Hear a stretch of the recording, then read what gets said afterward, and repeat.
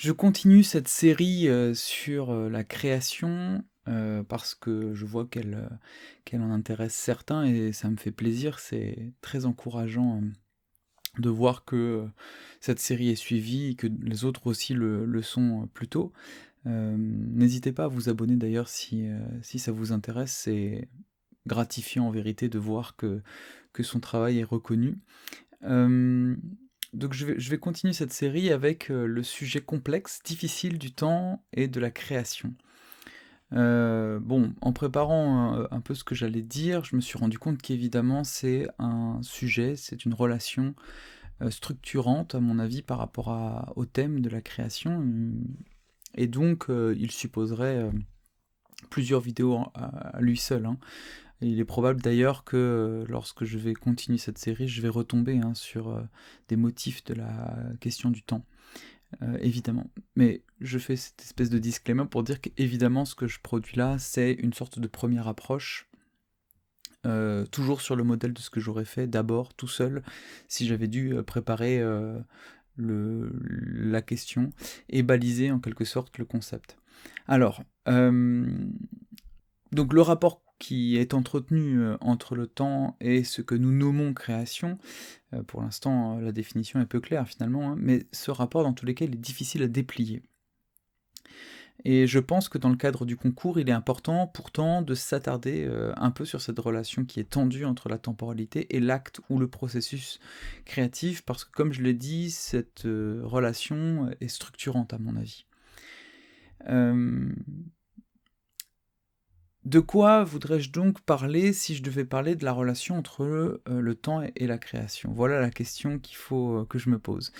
D'abord, dans un cadre théologique, l'acte de la création est un acte fondateur de la temporalité elle-même.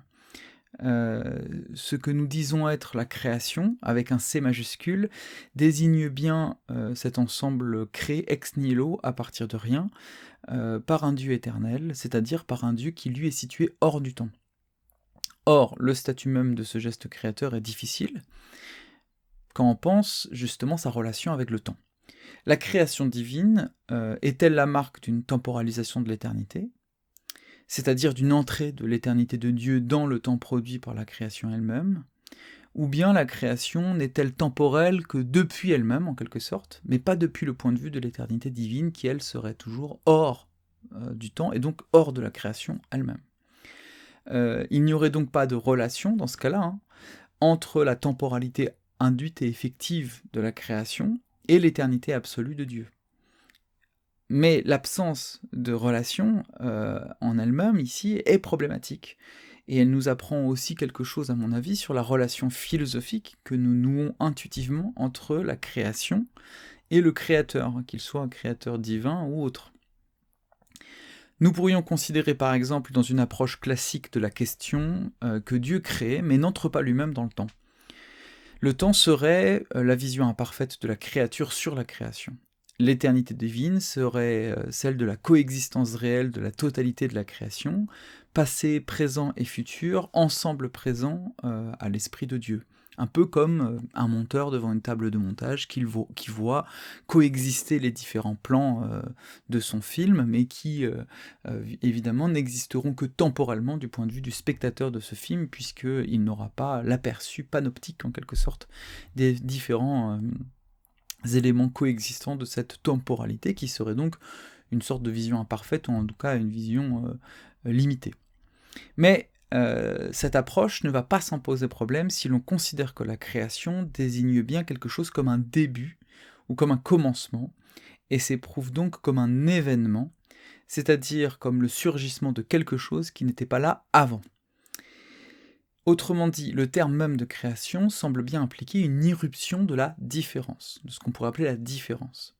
Il y a une différence avec ce qui était présent déjà là, une mêmeté en quelque sorte, quelque chose de différent arrive. Or, pour qu'une telle différence avec un état antérieur soit possible, il faut bien présumer a priori que le temps existe, sans quoi la création serait surgissement temporel dans un monde où le temps n'existe pas, mais la notion même de surgissement qui semble donner du contenu au concept de création semble présupposer la temporalité. S'il n'y a que totalité stable et éternelle, il ne peut y avoir l'idée même d'une création comme surgissement de la différence. Et là, on se retrouve face à un paradoxe théologique difficile, épineux, que je ne vais pas résoudre ici évidemment, et qu'il faudrait explorer un peu plus à fond dans le cadre du concours, mais qui me semble là être très intéressant parce qu'il nourrit en fait une réflexion à la fois sur la création et sur la temporalité, et à mon avis, il peut aussi se rapporter à des réflexions sur la création hors de cette question théologique. Si nous ramenons ces considérations théologiques, par exemple, à une échelle logique, nous pouvons comprendre ici que le problème de la notion de la création est qu'elle semble impliquer une rupture avec la chaîne causale, par exemple. Disons que nous comprenons la création comme la modification radicale d'une chaîne logique qui sinon ne serait que répétition. C'était l'idée que j'avais quand j'employais le terme de différence. Il y a une différence dans la répétition, il y a quelque chose qui ne se répète pas. La création désignerait donc bien l'événement, au sens par exemple où Bergson considère cette notion dans l'évolution créatrice comme, je cite, ce qui surgit de l'imprévisible, non réductible à ce qui la précède.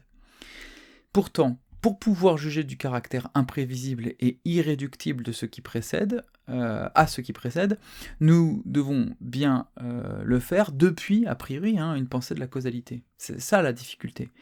C'est bien par rapport à une causalité instituée que nous nous représentons la création comme surgissement de l'inouï, comme surgissement de la nouveauté.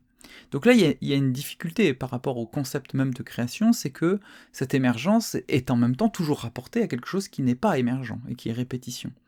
Dans quelle mesure, en fait, une émergence radicale pourrait être même saisie? Ça, c'est un problème, à mon avis, difficile, c'est-à-dire qu'est-ce qui fait finalement la qualité propre de la création? Est-ce que c'est un surgissement radical, une nouveauté fondamentale en dehors de la répétition et de la mêmeté? Mais dans ce cas-là, comment est-ce que ce surgissement pourrait être intelligible s'il n'est pas d'une certaine manière rapporté à ce qui était déjà là? Pour reconnaître la création, il faut bien avoir la rapporter d'une manière ou d'une autre, la comparer à ce qui était déjà là. La pensée de Bergson vise, il me semble, à répondre à cette difficulté en établissant à partir de la distinction entre le temps mathématique et la durée, que le problème de notre raisonnement vient ici de notre manière causale d'appréhender la réalité, au lieu de l'envisager dynamiquement comme un élan dont on ne peut absolument pas prévoir l'orientation. Donc l'aporie sur laquelle je tombe là et dont je viens de vous parler viendrait en fait, si je me souviens de Bergson, viendrait précisément du fait que je continue à penser à l'intérieur du cadre de la causalité, et donc que je ne peux pas comprendre la nature même de l'élan créatif, puisque en fait je sape ses fondations du fait de mon cadre théorique et intellectuel. Dans un excellent article sur le rapport entre événement et création, un article que je vous mets en description et que je vous invite à lire, vraiment il est excellent, je trouve très intéressant, voilà, je vais en tirer quelque chose ici, mais évidemment c'est pas exhaustif et il vaut mieux lire l'original que la copie. Mais dans cet article donc excellent, Armel Mazeron note que Bergson critique la notion de possible. La création n'est pas l'actualisation d'un possible. En effet, la possibilité est nécessairement anticipation, et une telle anticipation, pour le dire vite, suppose de rabattre la création elle-même sur la causalité mécanique du temps mathématique, c'est-à-dire du temps spatialisé pour être mesuré. Je vous renvoie à quelque chose qui est ici normalement assez connu, donc bon, je ne vais pas en parler beaucoup, mais à la distinction très classique entre la durée et le temps mathématique chez Bergson. Armel Mazeron ajoute que Bergson remplace la notion de possible par les notions de virtuel et de tendance. Elle écrit, je cite, « Le virtuel désigne l'absence d'actualisation, l'indétermination et l'indifférenciation du contenu. Le prototype en est la mémoire pure coupée du présent corporel. La tendance représente un double mouvement vers la conscience et vers la matière. Mais aucune tendance ne s'accomplit entièrement. Chacune conserve toujours une partie de virtualité. La création se définit comme la manifestation de l'esprit dans la matière. Par exemple, le vivant provient de l'interaction de deux tendances, la matérialité et la spiritualité. Sa genèse résulte aussi d'une tension au sein d'une différence de nature. Le processus de création est continu, il est une métamorphose et non la combinaison infinie d'éléments discontinus. Le rejet bergsonien du possible et son remplacement par l'idée de création implique l'absence totale de prédétermination dans le devenir. » Bon. Évidemment ici, ça c'est quelque chose, d'important à avoir à l'esprit, je pense, dans le cadre du concours. L'une des erreurs, ça serait de, par exemple, penser la création comme, l'actualisation d'une possibilité, souterrainement présente en quelque sorte, de potentialité par exemple. Je prends une image qui pourrait être utilisée, par quelqu'un qui passerait le concours, j'en sais rien, hein, j'imagine, mais on pourrait imaginer par exemple penser la création comme, le sculpteur, pense, le bloc de pierre comme, une possibilité en quelque sorte de forme, et qu'en gros le geste créatif consisterait à faire advenir cette possibilité à la réalité, donc l'actualisation de la possibilité désignerait la création. C'est intéressant, hein, comme image, je pense, ça peut fonctionner, enfin c'est en tout cas pas complètement inopérant, mais ce qui est intéressant ici aussi, c'est que Bergson, justement, il comprend que cette manière de se rapporter à la création, de penser la création, implique de rapporter le geste créatif à donc du possible, donc à la causalité. Ça veut dire qu'il n'y a pas surgissement inouï, ça ne veut pas dire, ça veut dire ici en quelque sorte que le geste créatif est encore inscrit dans la chaîne causale et donc il semble être vidé de sa substance.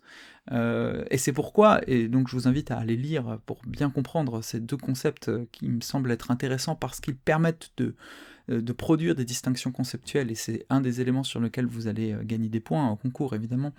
Les deux concepts de virtuel et de tendance ici sont intéressants parce qu'ils permettent à Bergson d'échapper à l'aporie du possible et à montrer que finalement ce qui caractérise la création, c'est précisément l'imprévisibilité, là où la possibilité suppose une forme de prévisibilité.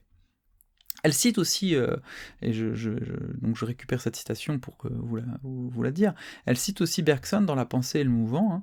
Voilà ce qu'il dit: « Je voudrais revenir sur un sujet dont j'ai déjà parlé, la création continue d'imprévisibles nouveautés qui semblent se poursuivre dans l'univers. Pour ma part, je crois l'expérimenter à chaque instant. J'ai beau me représenter le détail de ce qui va m'arriver, combien ma représentation est pauvre, abstraite, schématique en comparaison de l'événement qui se produit. La réalisation apporte avec elle un imprévisible rien qui change tout. » L'idée développée, et Carmel Mazéron explicite très bien, c'est donc que la temporalité elle-même est créatrice, et qu'il y a donc une erreur logique à considérer la création comme commencement absolu. La difficulté théorique dont nous venons de parler semble en effet tenir du fait que nous considérons la création comme à la fois inscrite dans la logique générale de la causalité, elle serait commencement, point de départ d'une nouvelle chaîne causale, et en même temps elle devrait y échapper. Si elle est causale, la création est nécessairement aussi causée et se trouve donc ramenée à la répétition non créative des instants. Dans ce cadre-là, les moments que l'on qualifie d'événements ne sont pas des brisures de la continuité du flux temporel, mais, et ça aussi c'est une idée qui me semble être intéressante, des variations qualitatives sous la forme d'une intensification ou d'une singularisation du devenir lui-même. Ainsi, la création ne serait pas le surgissement inouï rompant la chaîne causale et la temporalité normale pour introduire une curieuse temporalité atypique, mais plutôt la manifestation singulière et intensifiée de la nature du temps lui-même. Je crois que ça, c'est quelque chose qui est, chez Bergson, une des choses les plus intéressantes, à vous de me dire si j'ai bien compris, mais c'est que l'erreur de la théorie de la création comme surgissement inouï et comme pensée événementielle, c'est que l'événement créatif suppose évidemment l'idée d'une causalité sous-jacente, c'est-à-dire l'idée que le temps normal serait, lui, un temps non créatif, c'est-à-dire un temps que l'on pourrait toujours rapporter à des enchaînements causaux que l'on pourrait... dont on pourrait comprendre la complète configuration, que l'on pourrait envisager dans des calculs, etc. C'est-à-dire qu'on pourrait rapporter à du connu. Mais en fait, ici, l'idée, c'est que non, la création, en fait, ça serait précisément la nature du temps. Le temps est créatif, le flux temporel est créatif, hein, c'est le sens de la pensée de la durée chez Bergson, et certes, par exemple, dans l'acte artistique, on pourrait dire, là, il y a quand même surgissement d'un inouï, il se passe quelque chose, mais en fait, non, c'est juste que ces gestes créatifs intensifient, manifestent de manière intense et singulière quelque chose qui est de l'ordre de la nature du réel lui-même. Ramené à notre problème théologique initial, dans une telle perspective, la création divine serait processus dynamique interne à la nature elle-même, à la nature du devenir. L'éternité de Dieu ne serait donc pas une position retirée du temps, comme on pourrait l'envisager au départ, un hors-champ de la création, mais plutôt le moteur dynamique de la temporalité elle-même. Alors, je pense ici, et je ne sais pas à quel point ce rapprochement il est heureux, mais je pense ici à la théorie de la création continuée de Descartes, que je ne maîtrise pas très bien, donc je vous invite là aussi à creuser de votre côté. Mais ce que je crois avoir compris, c'est que dans son approche mécaniste de la nature, l'horloge, on va dire, de la nature tout entière est dénuée en elle-même de vitalité dynamique propre. Les rouages ne s'animent pas d'eux-mêmes. Et donc Dieu ne peut pas se retirer de la création, mais est au contraire l'agent essentiel du dynamisme de la création elle-même, c'est-à-dire de son fonctionnement général. Les rouages de la grande machine naturelle ne pourraient pas se mettre en action et fonctionner indépendamment de l'opération divine elle-même, qui par sa puissance permettrait à la création de continuer d'exister. Ça produit même des trucs, des images étranges et intéressantes, c'est-à-dire l'idée que si Dieu se retirait du monde, en fait la création s'effondrerait d'elle-même. Bon, je pense que je pourrais me perdre, à vrai dire, assez longtemps ici, et vous perdre aussi dans ces considérations théologiques, qui sont évidemment très riches, mais aussi d'une grande complexité à mon avis. Mais bon, là aussi je vous invite peut-être à vous faire un petit corpus. Ma question est donc, pour essayer de recentrer, qu'est-ce que je peux théoriquement, philosophiquement tirer de cela, dans le cadre de notre parcours mental autour de la notion de création ? Eh bien ici, et pour le dire vite, pour aller le plus vite possible, j'ai l'impression qu'il y a une tension intéressante entre deux pôles de la pensée de la création. D'un côté, nous avons l'idée que la création désigne l'événement temporel, le surgissement dans le continuum du temps normal d'un inouï, d'un inattendu, d'un imprévisible, d'une nouveauté. Bref, la création est de l'ordre de l'infléchissement causal, voire, et peut-être plus radicalement, d'un déclenchement d'une nouvelle chaîne de causalité. Et même si on va plus loin, dans une veine peut-être bergsonienne, d'une sortie de route hors de la causalité elle-même, de la révélation finalement de la nature non causale de la réalité. En tout cas, temporellement pensée comme événement, la création désignerait une émergence qui ne pourrait en aucune manière se rapporter à ce qui a précédé, sans être immédiatement balayée par la logique causale qui la viderait de toute substance propre. Et d'ailleurs, bon, j'ai fait le rapprochement dans ce que je viens de dire avec Bergson, mais non, chez Bergson c'est un peu différent à mon avis, justement. Mais bon. De l'autre côté, la création désigne aussi, semble-t-il, un processus dynamique dont nous aurions bien du mal à définir les limites temporelles et dont nous pourrions même dire, comme Bergson, qu'il est fondamentalement structure dynamique du temps lui-même. Alors si je rapporte ça au cadre de la création artistique, à la fois comme exemple et comme autre cadre théorique pour notre réflexion, la question est celle de ce surgissement. Quand commence-t-il et quand s'arrêterait-il ? La temporalité de la création relève-t-elle ici de ce que nous pourrions désigner comme un événement, comme un surgissement, dans le cadre de la création artistique ? Nous pourrions dire alors qu'il est possible de répondre à la question quand la création a eu lieu. On pourrait poser cette question à l'artiste, par exemple. Il y aurait une heure, une date, en tout cas un moment, même s'il ne doit pas être rapporté à l'heure et à la date, mais en tout cas un moment où quelque chose s'est passé qu'on pourrait qualifier de création.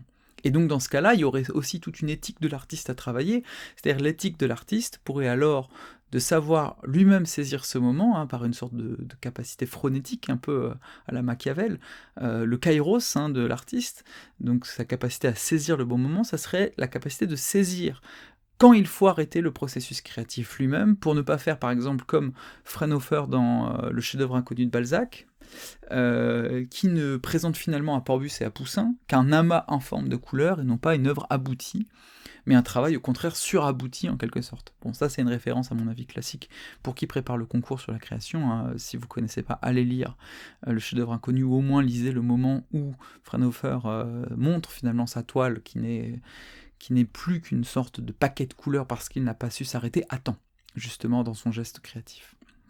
Donc on pourrait imaginer que cette éthique, une éthique finalement de la création pensée comme événement. Il faut savoir saisir l'événement de la création, sans quoi finalement on le recouvre d'une causalité qui lui fait perdre en valeur, en signification.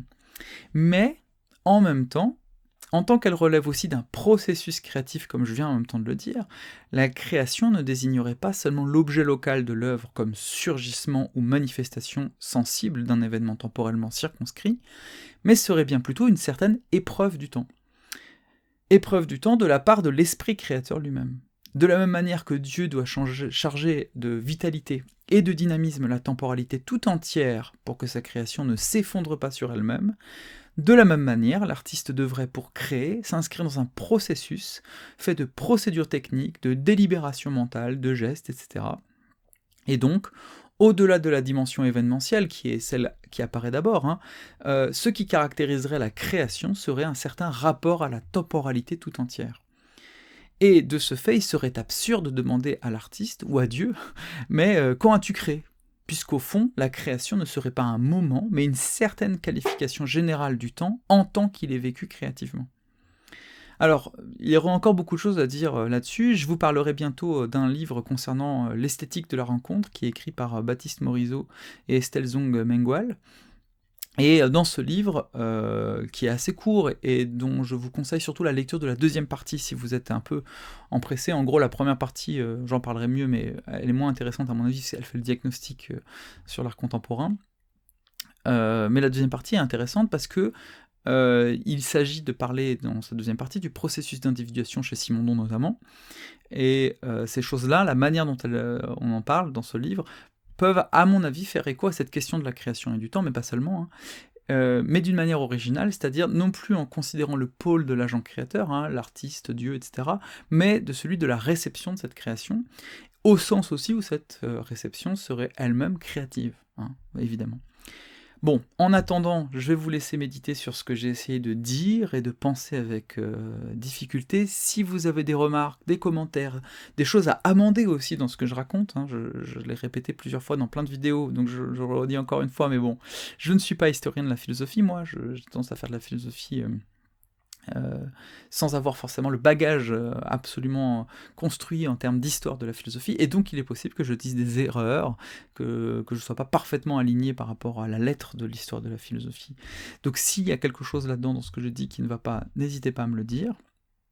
Et si dans la construction du problème, vous voyez aussi des éléments que j'ai oubliés, parlez-en, à mon avis, c'est aussi une manière de construire une réflexion commune, que d'avoir des discussions sous mes vidéos. Voilà, merci beaucoup et à très vite.